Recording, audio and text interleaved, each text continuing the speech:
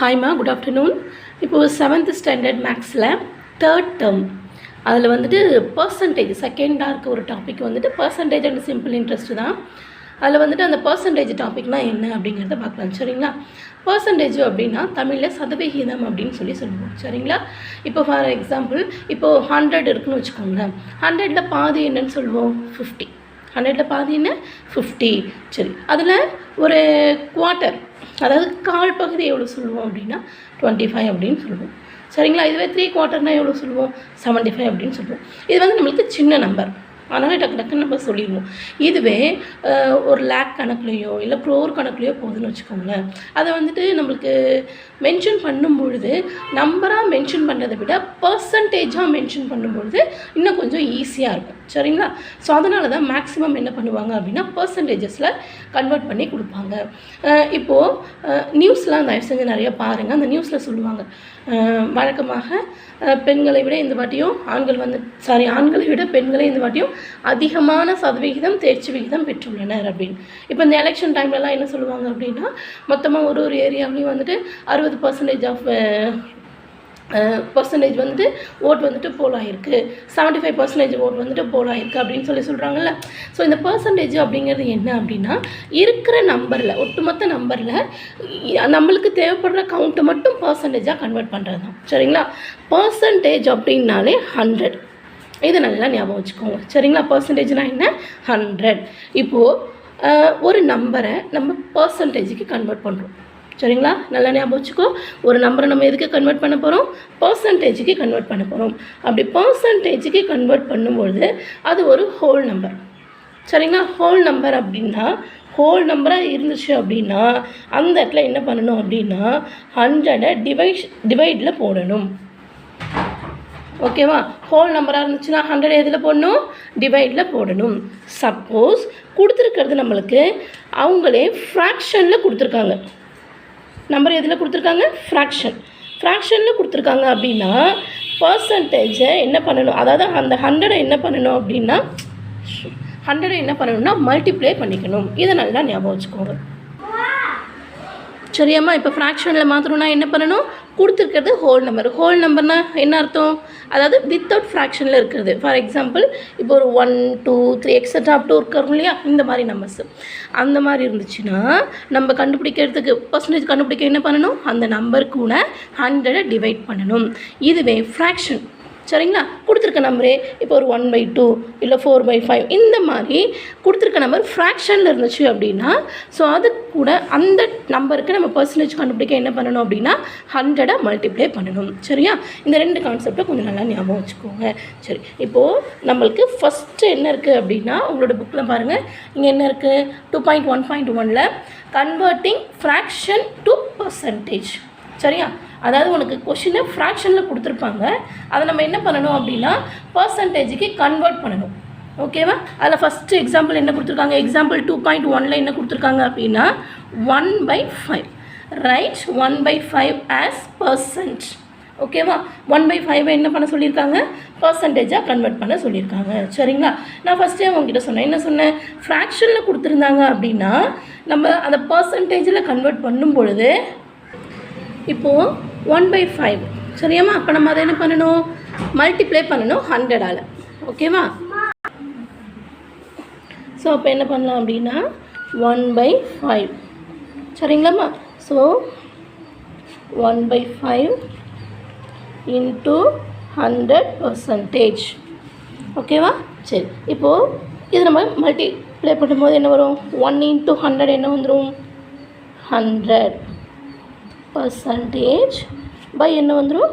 5 வந்துடும். அப்போ 5 டேபிளில் 100 வந்துட்டு எத்தனை டைம்ஸ் வரும் அப்படிங்கிறத பார்க்கணும். சரியா? ஆக்சுவலி இந்த பர்சன்டேஜை 100க்குன்னு கொடுக்கக்கூடாது, 100/5ன்னு இப்படி கொடுக்கணும். சரிங்களா? இப்போ 100/5 அப்படின்னா உனக்கு டேரெக்டாக கேன்சல் பண்ண முடிஞ்சால் கேன்சல் பண்ணுங்கள். டேரெக்டானா 5 டேபிள் பண்ணுங்கள். 1 5 is 5. அப்போது ஃபஸ்ட்டு 2 நம்பர் எடுங்க. 5 டேபிளில் 10 எப்போ கிடைக்கும்? 2 டைம்ஸ் கிடச்சிருமா? ஸோ 2 டைம்ஸ் அப்படின்னா இங்கே 2 வரும், ரிமைனிங் இருக்க 0 அப்படியே மேலே போயிடும். ஓகேவா? சப்போஸ் உனக்கு இந்த மாதிரி டிவிஷன் தெரியலை அப்படின்னா இப்போ 100 நம்ம எதால் டிவைட் பண்ணணும்? 5ஆல் டிவைட் பண்ணணும். சரியா? ஃபஸ்ட்டு நம்பர் வந்துட்டு 1 மட்டும்தான் இருக்குது, 1 எடுக்க முடியாது. ஸோ அப்போ கூட இருக்க இன்னொரு நம்பரையும் சேர்த்து எடுக்கும்போது அது நம்மளுக்கு என்ன ஆகிடும் அப்படின்னா 10 ஆகிடும். அப்போ 5 டேபிளில் நம்மளுக்கு 10 எப்போ கிடைக்கும்? 2 டைம்ஸ் கிடைக்கும். ஸோ 10 போட்டாச்சு. ஓகேவா? இதோடைய ரிமைண்டர் நம்மளுக்கு 0 வந்துடுச்சு. ரிமைண்டர் 0 வந்துடுச்சு. ஆனாலும் இந்த இடத்துல நம்மளுக்கு 0வே இருந்துச்சு அப்படின்னா ஆட்டோமேட்டிக்காக அந்த 0 நம்மளுக்கு எங்கே போகும் அப்படின்னா மேலே போகும். ஓகேவா? அப்போது 1/5 பர்சன்டேஜாக கன்வெர்ட் பண்ணும்பொழுது நம்மளுக்கு என்ன ஆன்சர் கிடைக்கும் அப்படின்னா 20% கிடைக்கும். ஓகேவா? இந்த சம் புரிஞ்சுதாம்மா? இதே மாதிரியே தான் இப்போ 7/4 எக்ஸாம்பிள் 2.2ல் என்ன நம்மளுக்கு கொடுத்துருக்காங்க அப்படின்னா 7/4 கொடுத்துருக்காங்க. ஸோ 7/4 போடலாமா?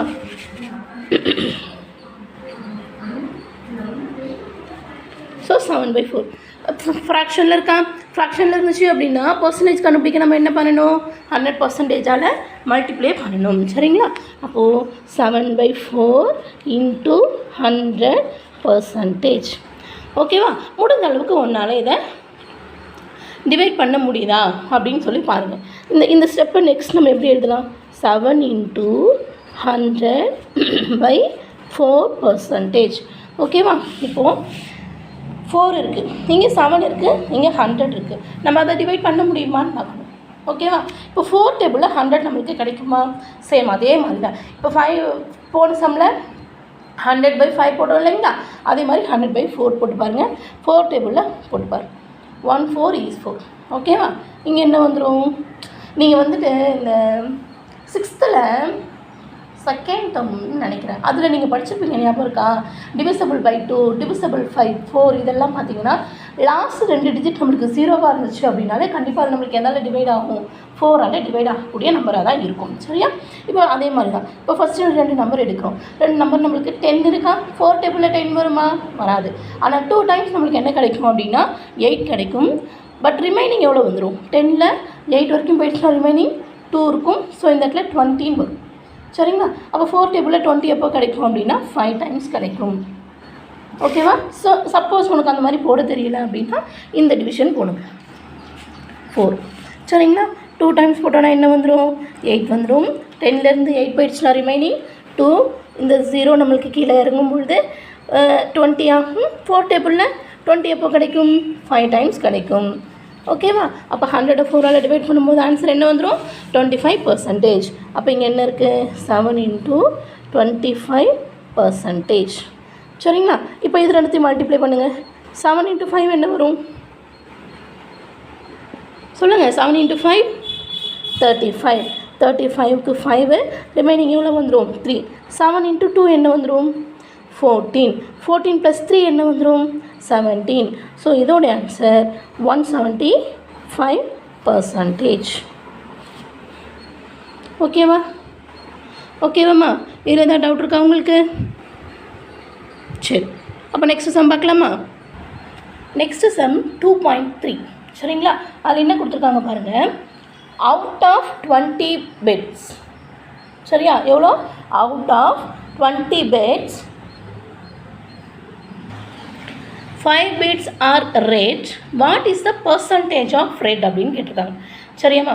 இப்போது அவுட் ஆஃப் 20 beads அப்படின்னு சொல்லி கொடுத்துருக்காங்க. சரியா? அவுட் ஆஃப் 20 beads அப்படின்னா அப்போ மொத்த பீட்ஸே எவ்வளோ தான்? 20 தான். இப்போது நம்மளுக்கு இந்த எக்ஸாமில் உங்களுக்கு பேப்பர்லாம் கொடுக்கும்போது பார்த்துருக்கியா? சப்போஸ் இப்போ எக்ஸாம் வந்துட்டு 25க்கு வைக்கிறாங்கன்னு வச்சுக்கோங்களேன். 25க்கு 17, இல்லை 25க்கு எவ்வளோ மார்க்கு? 25 அப்படின்னு போடுறாங்கல்ல.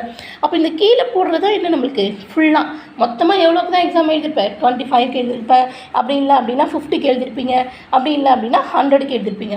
அப்போ மொத்தமாக அதான் இதுக்கு என்ன அர்த்தம்? 17 out of 100, 25 out of 25, 100 out of 100. அப்போ அவுட் ஆஃப் அப்படின்னு சொல்லி ஒரு நம்பர் கொடுத்துருக்காங்க அப்படின்னாலே அது நம்ம எங்கே போடணும் அப்படின்னா ஃப்ராக்ஷனில் தான். அதுவும் கீழே இப்போ இது ஃப்ராக்ஷன் இருக்குன்னு வச்சுக்கோ. நம்ம மேலே இருக்கிறது என்னென்னு சொல்லுவோம்? நியூமரேட்டர். கீழே இருக்கிறது என்னென்னு சொல்லுவோம்? டினாமினேட்டர். இந்த டினாமினேட்டரில் தான் அவுட் ஆஃப் அப்படின்னு சொல்லிட்டு ஒரு நம்பர் கொடுத்துருக்காங்க அப்படின்னா அந்த நம்பரை நம்ம போட்டுக்கணும். சரிங்களா? இப்போ கொஷின் பாருங்கள். கொஷினில் என்ன கொடுத்துருக்காங்க? Out of 20 beads. அப்போ மொத்த பீட்ஸ் எவ்வளோ இருக்குது அப்படின்னா 20 beads இருக்குது. சரிங்களா? அதில் 5 beads are red. ஓகேவா? ஆக்சுவலி இதை நம்ம எப்படி எழுதணும் அப்படின்னா டோட்டல் நம்பர் ஆஃப் பிட்ஸ்.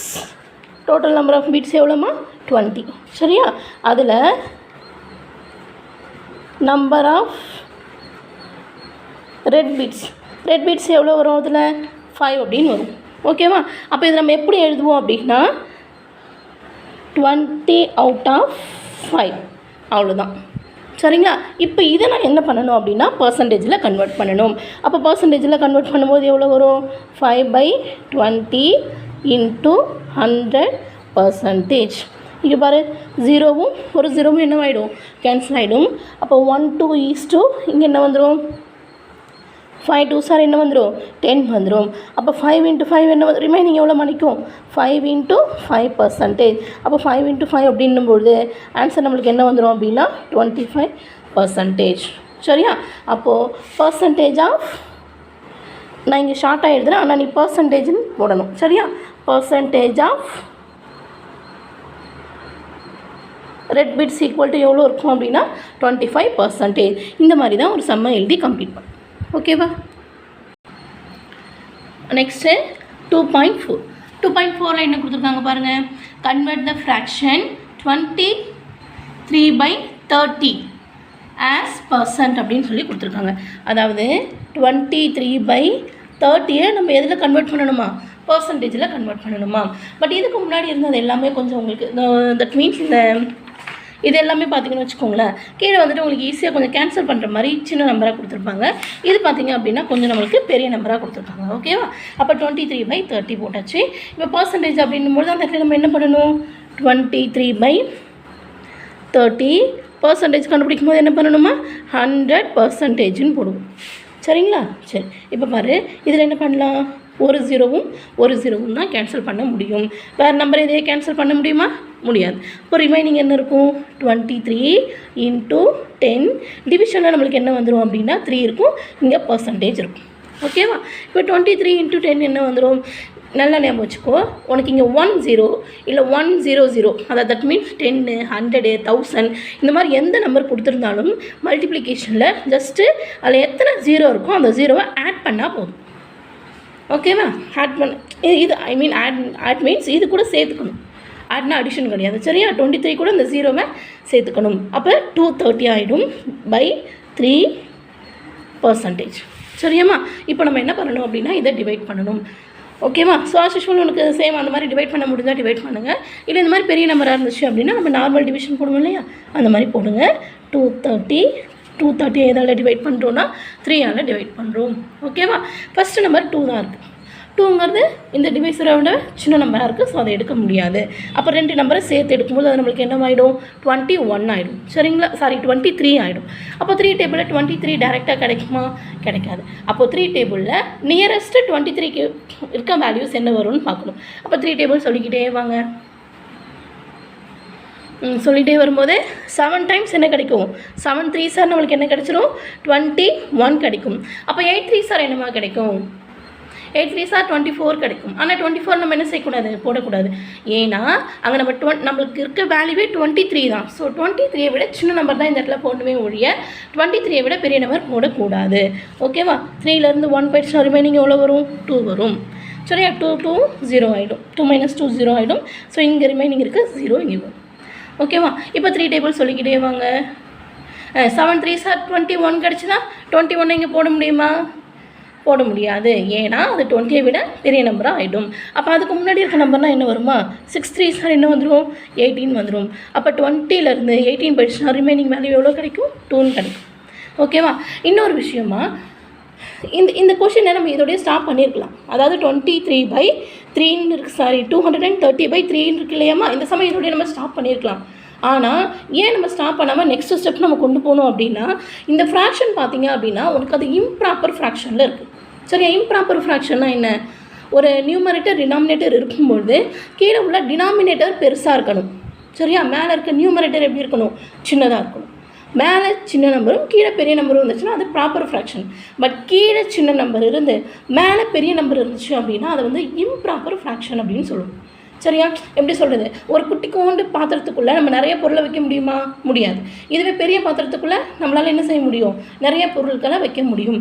அப்போது பாத்திரங்கிறது கீழே இருக்க நம்பரை ஞாபகம் வச்சுக்கோ. சரியா? இப்போது கீழே வந்துட்டு பாத்திரம் பெருசாக இருக்குது, மேலே இருக்க நம்பர் சின்னதாக இருக்குன்னா பாத்திரத்துக்குள்ளே அந்த நம்பர் ஃபுல்லாகவே போட்டுற முடியும். ஆனால் இங்கே பாரு, நம்ம பாத்திரம் 3 தான் இருக்குது. அப்போ 3னா எவ்வளோ குட்டி, அதில் போயிட்டு நம்ம 230 போட முடியுமா? போட முடியாது. ஸோ எப்போவுமே கீழே உள்ள நம்பர் தான் பெரிய நம்பராக இருக்கணும், மேலே உள்ள நம்பர் சின்ன நம்பராக இருக்கணும். சரியா?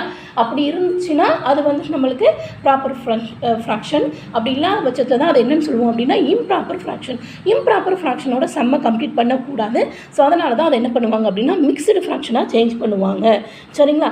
இம்ப்ராப்பர் ஃப்ராக்ஷனாக மிக்சடு ஃப்ராக்ஷனாக சேஞ்ச் பண்ணும்போது இங்கே பாரு என்னென்ன நம்பர்லாம் எடுப்பாங்க அப்படின்னா இங்கே கோஷன்ட்டு, ரிமைண்டரு, அதுக்கப்புறம் என்ன பண்ணுவாங்க அப்படின்னா இங்கே இருக்க நம்பர், இது 3 நம்பரையும் சேர்த்து எடுப்பாங்க.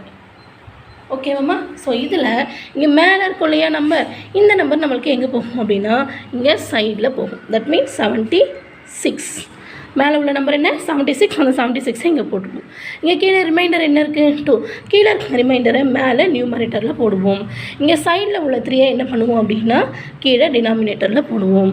அப்போது இதோடைய ஆன்சர் என்ன அப்படின்னா 76 2/3%. ஆக்சுவலி இது வந்து நம்மளுக்கு எதோடைய ஆன்சராக கிடச்சதுமா 23/30யோட பர்சன்டேஜ் இதுதான். ஓகேவா? சரி, இப்போ இதை பேஸ் பண்ணியிருக்கேன் எக்ஸசைஸ் சம்ஸை நீங்கள் கொஞ்சம் பாருங்கள்.